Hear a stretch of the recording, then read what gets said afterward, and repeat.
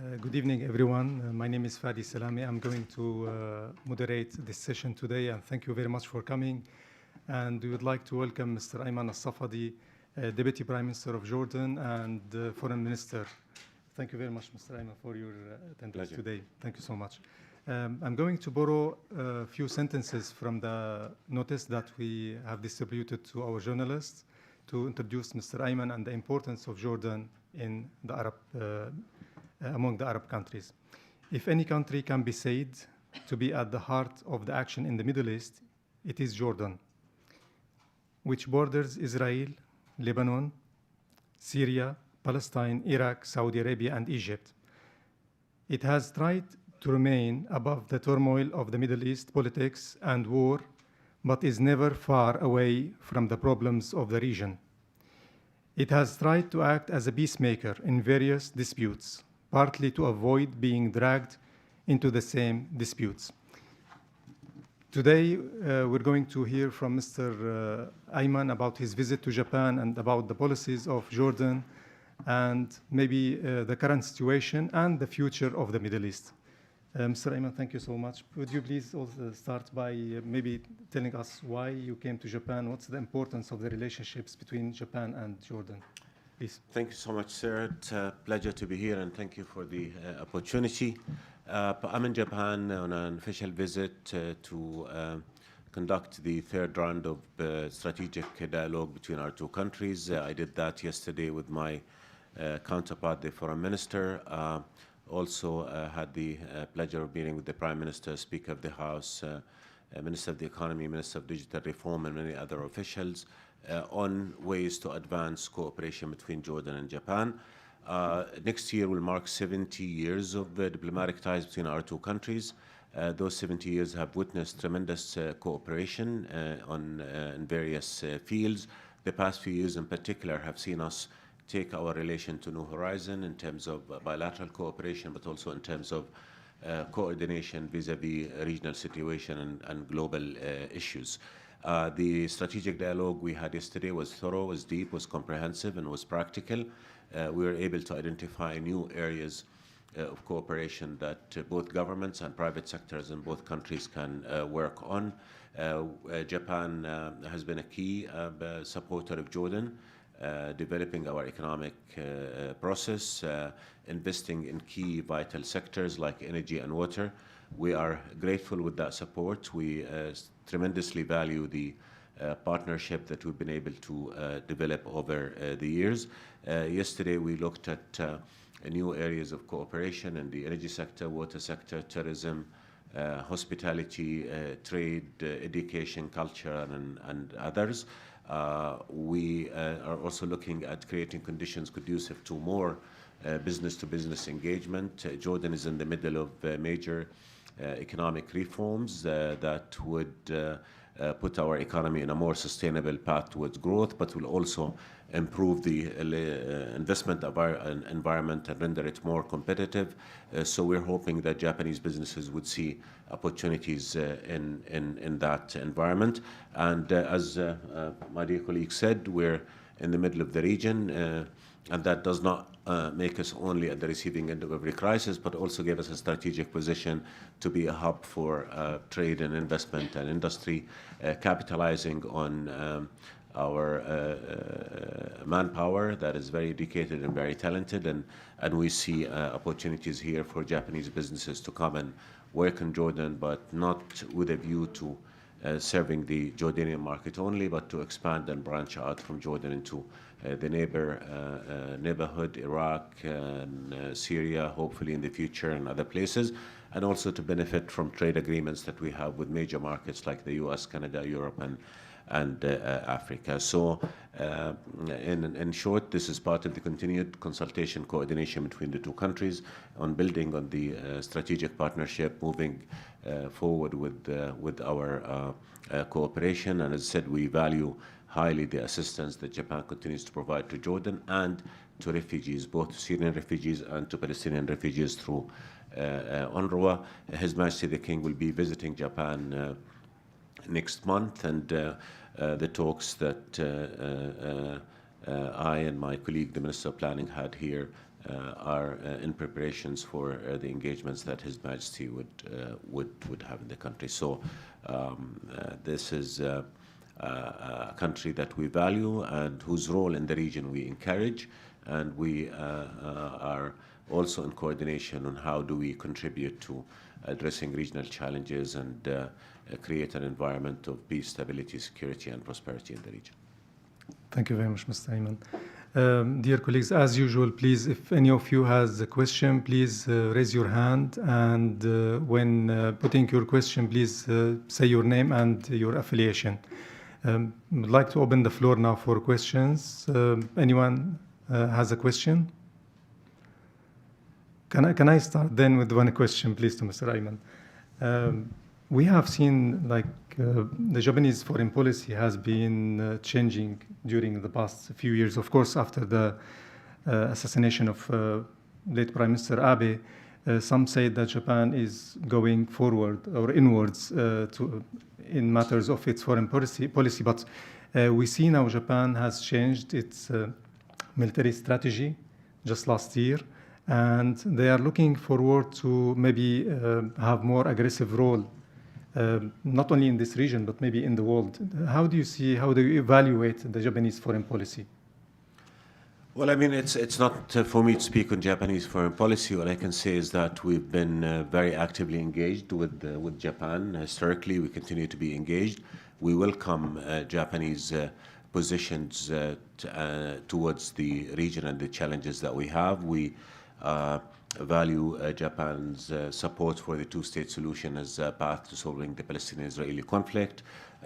We, again, recognize the role that Japan plays in supporting refugees, UN organizations taking care of refugees and host countries. Obviously, we're living in a world that has changed a lot since COVID and since the Ukrainian crisis, and a lot of our countries are looking at the changes that are happening and seeing how we can adjust to deal with the new realities brought about by those two major events over the past few years.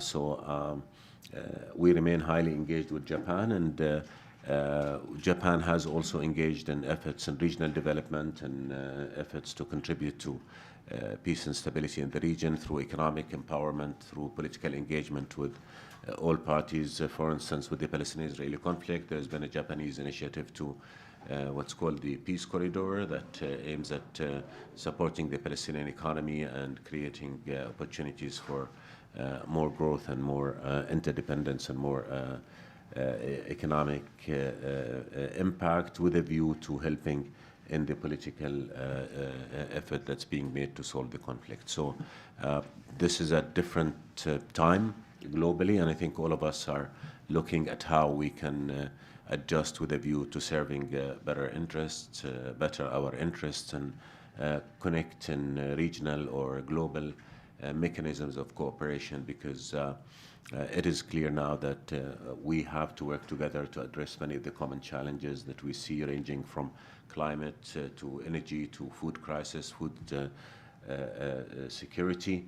I think Japan is also active in efforts to maintain support for the multilateral system that we have, because multilateralism has been weakened over the years, and it's been weakened more since the Ukrainian crisis. Countries like Japan and Jordan realize the importance of strengthening multilateral work as a way of making sure that we put all our challenges on the table and that we address them on the basis of rule-based international law, UN Charter, and with a view to collectively being able to address those challenges. Thank you. Any question here, please? Please. Sorry.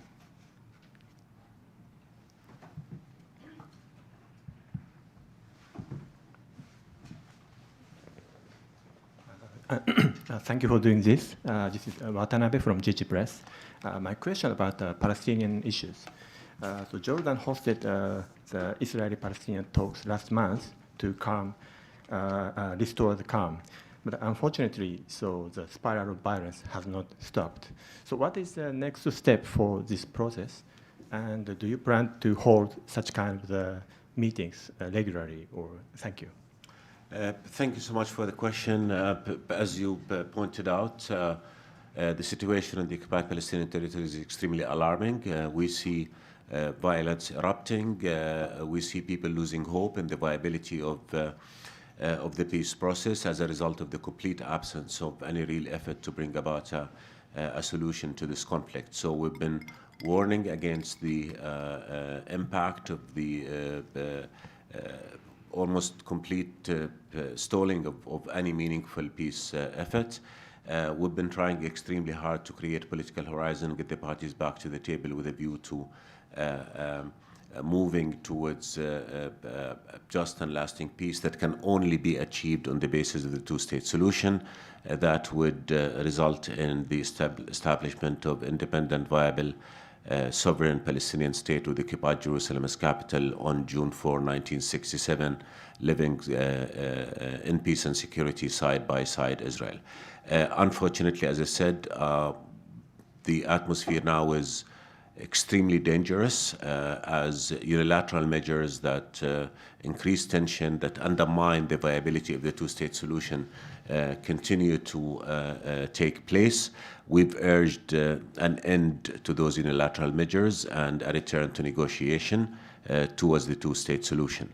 Those efforts have not stopped. His Majesty has been devoting tremendous amount of resources and effort to stop the deterioration, create horizon, achieve lasting calm, and get us all on a track towards achieving the peace. That's a must, and that's a need for all peoples and countries of the region. It is with that, within that effort that we hosted the Aqaba meeting. The Aqaba meeting was politically significant because it's the first time in almost 15 years that the Israelis and Palestinians sit together in a political and security negotiation in regional and international presence, as Jordan, Egypt, and the United States was there. So as a political product that was significant, we've been urging for years a return to the negotiations because when people are not talking and given the deteriorating situation on the ground, people lose hope. And when people lose hope, despair digs in, and violence becomes a natural choice. What's important about Aqaba as well is that we produced the Aqaba communique, something in which all parties to the meeting agreed and signed. And the Aqaba communique included commitment by both parties to commit to previously signed agreements, to work towards ending unilateral measures and move towards just lasting peace. Israel committed to upholding the historical status quo at the holy sites in Jerusalem. That is something of a top priority for Jordan, given the fact that His Majesty the King is the custodian of Muslim and Christian holy sites in Jerusalem, among other commitments. Again, as a political product, that was important. Unfortunately, Aqaba was somehow overshadowed by events that unfolded on the ground that day, and that is a reason, more of a reason why we should continue to engage in negotiations, because if the situation on the ground continues the way it is, particularly as we move towards Ramadan, that this year will again coincide with Passover as Easter, we're going to see a major eruption of violence. And if it happens this time, giving the despair that is digging root and giving the weakening of the PNA and its ability to govern over the past years, we could be looking at real collapse. So we warn against the danger inherent in the status quo. We urge immediate action to stop unilateral measures that provoke violence, undermine the two-state solution, and so that we achieve a period of calm that would ultimately lead to political horizon manifested in meaningful negotiations to achieve just and last peace. The two-state solution is being compromised, and what we've been saying is that we in Jordan believe that there's no path to the just and lasting peace other than the two-state solution. If the two-state solution is compromised, the only other alternative will be the one-state reality. And I say one-state reality and not solution because one state will not be reality, it will be apartheid. Because Israel will not give Palestinians full democratic rights. And apartheid is a recipe for further conflict and further tension. And that is why we keep saying that we keep warning against the spiraling out of violence, the danger inherent in the continuing absence of political horizon and economic horizons, and urging all parties, particularly Israel, to stop unilateral measures and go back to the negotiation table so that we can move forward towards achieving the just and lasting peace. That is a strategic choice of Jordan and all Arab countries, and a need for Israelis, Palestinians, the region, and the world. Thank you. Any question? Mr. Ayman, could I elaborate on your answer, please? You know that every time we see an escalation of violence between Israel and Palestine, we see high-ranked officials from US coming to the region to try to calm things down. First of all, do you see that this time also such a foreign intervention is needed? And for Japan, do you think that such mediation from Japanese politics, is it approved or is it welcomed from both sides in the region? We in Jordan certainly welcome a Japanese role. We trust the approach with which Japan will come to tackling the issues. Japan is clearly in support of the two-state solution, and that's the solution that we seek for the conflict. As for the US has a leading role in peacemaking efforts. Let's be honest, nothing can move in that regard without a leading US role. The US, we've been working very closely with the US and trying to mitigate against the situation getting worse. The US was present in Aqaba. It played a major role in ensuring that we produced the Aqaba commitments by the parties. And we continue to hope that the US will remain engaged because, as you said, if we do not create a process of negotiation, if we do not stop violence from growing out of control, if we allow the loss of hope to continue and push Palestinians towards a situation where they have nothing left more to lose, we'll be looking at a major eruption of violence, and that is dangerous to all. So the United States has been a partner for us in trying to help mitigate against things getting worse. The U.S., this particular administration has taken positions that are helpful and that are a major improvement, a major turn from the positions of previous governments. The U.S. has spoken in support of the two-state solution, spoken against settlements, urged end of unilateral measures, restored support to the Palestinian Authority and to UNRWA, and all these are important factors. Reality, however, is the conditions are not ripe for major engagement on achieving the two-state solution. Our position is, if this is not the time to achieve the two-state solution or to talk about it, this is the time to stop measures that undermine the two-state solution. So when the political environment is ripe among all parties, we'll have something to talk about. So we look at the U.S. as a partner whose role in peacemaking efforts is key, and we're going to continue to work with the U.S. and with other partners and friends in the region and beyond to try and find an end to this conflict, which is the root cause of tension and instability in the region and the key to stability, peace, and security in the region. So do you see some kind of interest from the Japanese politicians who you met in interfering or in going to the region maybe for mediation between the sides, or they're just... Look, I mean, for that to happen, there needs to be a process. And I think at this point, as I said, a process has been absent for so many years. Japan's position on the peace process, on the two-state solution, is something that we value. We need the whole world to speak in support of the two-state solution, because if we all come united in explaining the importance of achieving that solution, then we'll keep our voices heard. And again, I said Japan played an enormous role in helping the Palestinian economy and projecting and investing in certain economic projects of support. But what we need now is for Israel to commit to a negotiation process that should take us to the two-state solution. That is what we're trying to do in Jordan. Aqaba was not just a one-shot meeting. Aqaba was the beginning of a process. We'll be meeting in Sharm el-Sheikh at a time to be determined very, very soon to continue with our efforts. But again, our objectives are realistic at this point. At this point, we're not talking about a major progress towards the two-state solution. We're talking about stopping the violence, achieving a period of calm, allowing for some confidence-building measures to be taken, creating political horizons for the parties to re-engage in negotiations that would take us to the lasting peace, whose only path, as I said, is the two-state solution. Thank you very much. Anyone would like to put a question? So, I'm sorry, can I just ask you something else? It's about the refugees in Jordan. We know that,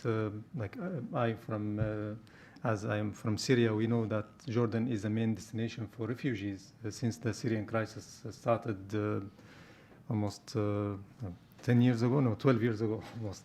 So what kind of burden these refugees have on the Jordanian economy, and what kind of help that other countries are providing, mainly Japan, to solve this situation, economically, I mean? Thank you. Jordan is the largest per capita host of refugees. The Syrian crisis obviously has had a tremendous impact. We have 1.3 million Syrians in Jordan, only 10% of whom live in refugee camps. 90% are spread all over the country. We've given about 320,000 work permits to Syrians in Jordan to work. About 155,000 Syrians are enrolled in our official educational system. We provide health care to Syrians on equal basis to Jordanians. I must say the first refugee in the world to be vaccinated against COVID was a Syrian refugee in Jordan. So the burden is high, but the country continues to do everything we can to provide refugees with a dignified life. Because look, if we provide refugees with dignity, with opportunity, with education, with hope, then they will be positive members of the community in which they exist now, and they will be positive contributors to their country when the conditions are right for them to go back. But if we abandon them to hate, to bitterness, to ignorance, to need, then we'll render them easy prey for every radical thought that tries to exploit. The refugees are victims of war. They should not be victimized again by the world abandoning them and not addressing their needs. 50% of refugees in Jordan are under the age of 15. Their needs are no longer emergency relief. They need schools, universities, jobs, and a life. They don't know their country. In Jordan, we're going to continue to do everything we possibly can to provide them with a dignified life until the time comes for them to voluntarily return to Syria. Unfortunately, we've been seeing dwindling support for refugees and for host countries, not just to refugees. UN organizations that are charged with looking after refugees have suffered budget cuts that is being reflected on their operations in Jordan and elsewhere. We warn that this is not the right thing to do. I'm in discussions with my European colleagues. I always point that Europe wants less migrants, and it's not by building walls that you're going to get less migration. It is by providing refugees with a shot at a decent life in their immediate region. If a Syrian refugee is comfortable in Amman or in Lebanon, or they're not going to go to Europe, but they will, people will do what people have done all over. They were going to pursue better lives, and they're going to pursue security and stability. If that's not provided to them where they are, they will look for it elsewhere. So we urge the international community to step up to the plate and shoulder their responsibility towards refugees. Refugees are not and cannot and should not be the responsibility of host countries alone. They are a global responsibility. They deserve decent lives. They deserve to be afforded their needs, and they deserve to be given the hope that they can that they need to move on with their lives. Japan has been supporting refugees, and in my discussions with both the Prime Minister and the Foreign Minister, they reaffirmed commitment to continuing to support refugees, and that's something we appreciate. And if I may just to elaborate a little bit on the crisis in Syria in general. The crisis in Syria has been ongoing for 12 years. It has produced tremendous amount of suffering and pain and destruction and threats to the Syrian people, but to the region and to the world at large. We cannot continue to double down on policies that have not worked. It is time that we came up with a strategy to solve the Syrian crisis. There's been no such strategy for years now. It's been just tactical management of certain developments here and there. And hence we came a couple of years ago with what was then called the Jordanian non-paper, the Jordanian initiative to solve the Syrian crisis. And this initiative is predicated on having a leading Arab role through direct Arab-Syrian engagement in efforts to, in a political dialogue, to bring about a solution to the crisis on the step-for-step approach, so that we can incrementally move towards solving this crisis. And of course, any solution will have to address humanitarian, security, and political consequences of that horrific tragedy in Syria. So we've been engaged with partners and friends in the region and beyond, with a view to rallying support for that initiative, and we're in the process now of agreeing on a mechanism to start implementing it by again engaging with the Syrian government directly by some Arab countries on the step-for-step approach against benchmarks that we have agreed and discussed with partners and with the UN as well. We, as a neighboring country, cannot continue to live with status quo politics vis-a-vis the crisis.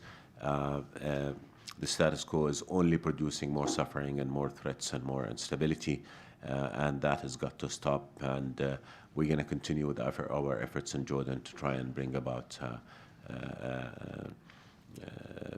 meaningful, effective mechanisms to engage in efforts to address this crisis and ultimately, hopefully, solve it. It's not going to be easy. It's going to take time. It's going to be incremental, but we cannot just simply do nothing. We have to do something and be realistic and do what's right initially for Syria and the Syrian people, and that will be right for the region and for the world as well. So do we understand that your recent visit to Damascus and meeting Mr. President Assad is a step in this road? Well, I mean, the visit to Syria and to Turkey on the same day came in the wake of the devastating earthquake that hit both countries. It was essentially meant as a gesture of solidarity with the people who suffered, and to see how we can coordinate aid and support to the Syrian people. But obviously, it was also an opportunity to discuss the crisis and efforts to solve it. And there was there's a frank, deep, thorough discussion about the need to move forward. And as I said, we have an initiative that is geared towards solving this crisis in an incremental, gradual approach, and based on Arab countries engaging directly with the Syrian government. Thank you very much. So this press conference is being broadcasted online, and we have a question from one of the viewers from Reuters, Mr. Rocky Swift. So the question is to Mr. Ayman, what do you make of Saudi Arabia and Iran mending diplomatic ties? And is this in some way a rebuke to the US and Western allies that it was brokered by China? All Arab countries have work towards achieving better relations with Iran, and our position has always been that we want good relations with Iran. We want to decrease tension in the region, and in order to do that, we have to address the causes for that tension. And from our perspective and the perspective of many of our Arab brethren, the causes of their tension were expansionist, interventionist Iranian policies in the internal affairs of Arab countries. And we say the good relations that we seek with Iran must be based on good neighborly relation, respecting the sovereignty of countries and non-interference in the affairs of Arab countries. Discussions with Iran have been ongoing. Saudi Arabia have been engaged with Iran in political discussions for over 2 years now. Many places hosted those talks, and we welcomed this agreement, and we look at it as a step towards easing tension in the region. Our region has enough conflicts, we don't need more, so any engagement that could result in easing tension is something that we welcome. We always support dialogue as means to solving differences, and we hope this will be a step in the right direction. And as the Saudi Foreign Minister said, I believe yesterday or the day before, this is a beginning. There are lots of issues to be addressed, and addressing those issues is going to be key to bringing about the stability in relations that we all seek. The fact that the talks took place in China, I'm not aware of the details that led to that, but I'm sorry, were you surprised that China mediated this? I mean, I'm not going to go into that. I would say that talks took place in Oman, took place in Iraq, and took place in China eventually. I would say that ultimately what matters is where we go forward from here, and we support the announcement by the Saudis and Iranians that they're going to continue engagement and restore ties, as said, as a first step towards addressing all the causes of tension, and hopefully solving them and getting to a better place that will reflect positively on regional stability in general. So the other part of the question, that do you think that this agreement would undermine like the U.S. and Western allies' maybe role in the region? Or the United States is a key partner to many countries in our region. It's certainly a major partner and ally of Jordan and of many other Arab countries.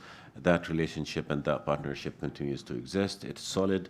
Europe is also a major partner to us, economic, security, and political. So I really do not see that those partnerships in any way diminished as a result of that.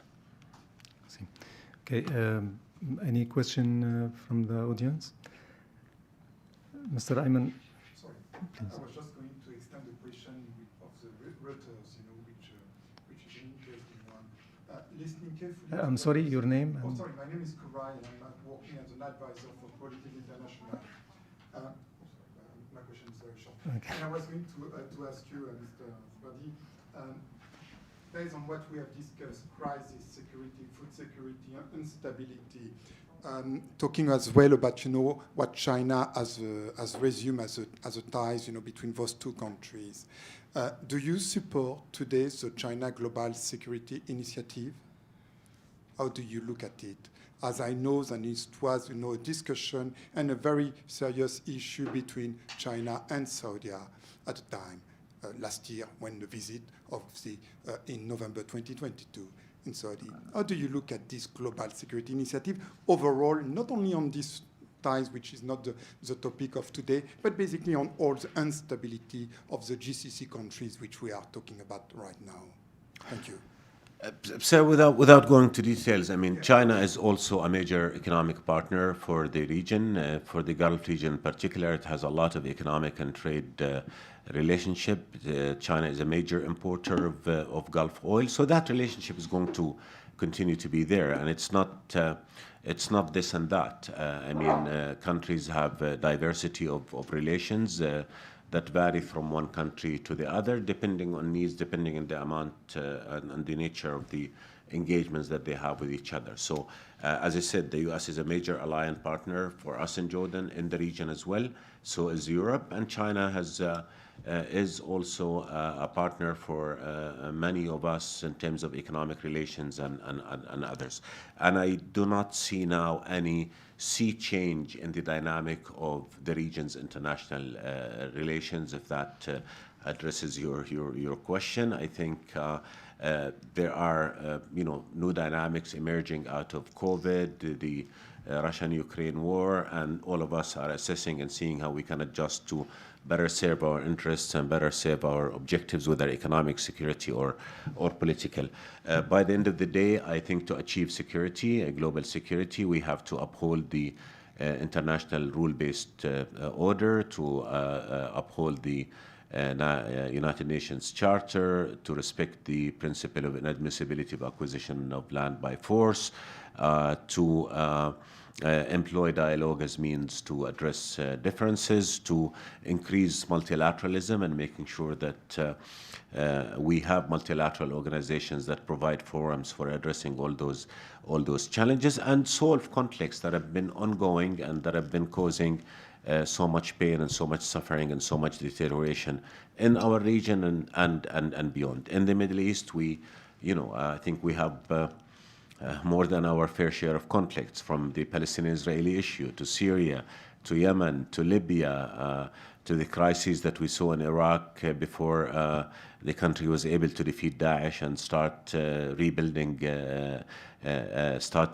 processes. So all that is there. I think from my region, from where I come from, where we have conflicts, we need cooperation rather than competition. It's not about who is more involved or not. It's about doing what's right to solve those conflicts. All global powers have their roles and have their interests and have their engagements, and I think the extent to which one country plays a role more than the other is a factor of history, factor of partnerships that are developed, and factor of reality now. So achieving peace, security, and stability is something that our region wants, and that is needed in this world. And without sort of trying to say who does more or who does less, I think that's not relevant. I think what's relevant is that we need to get on with the efforts to solve conceived crisis, make sure that justice is served, make sure that we apply international law against one yardstick and not against many yardsticks, as we've seen before. Thank you very much. Any question from the floor? Mr. Ayman, I know you're being very diplomatic in your answers, especially towards China, but here in this region, there is really a very deep concern about the build-up of military power in China, and especially in Japan, maybe. There is also lots of concern about the Taiwan Strait, and some people are saying that maybe the next conflict in the world, the next big conflict in the world would be in this region. How do you see the strategy in this area, and how do you see the geopolitics here? I mean, again, lots of dynamics are changing, but I think the key position of Jordan is that we always urge non-proliferation of nuclear weapons. We in Jordan led initiatives, and we're part of the European initiatives as well against nuclearization and nuclear weapons. We've called in our region for a region free from all weapons of mass destruction, including nuclear weapons as well. And again, we always are concerned by any nuclear arm race or military races, because that could only consume resources and produce tension.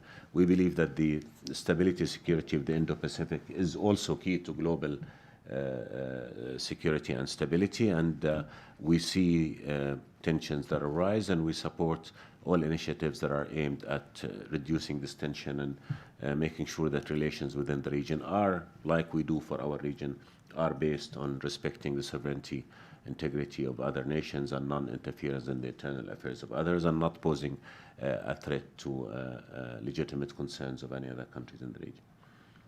Thank you very much. Okay, Mr. Ayman, sorry I'm asking most of the questions No, because it's okay. as I mentioned, like most of our viewers now are online because, you know, of Corona, since Corona started. So I know that you have a master's degree in international journalism. So maybe it's not about politics, but about media in Jordan. So we see Jordan a very key player in politics, but we don't see it like a very strong like a media player especially in the Arab world. Why? Look, I mean, you know, I was a journalist for many, many years, and I was a journalist at a time when newspapers counted, not many of them.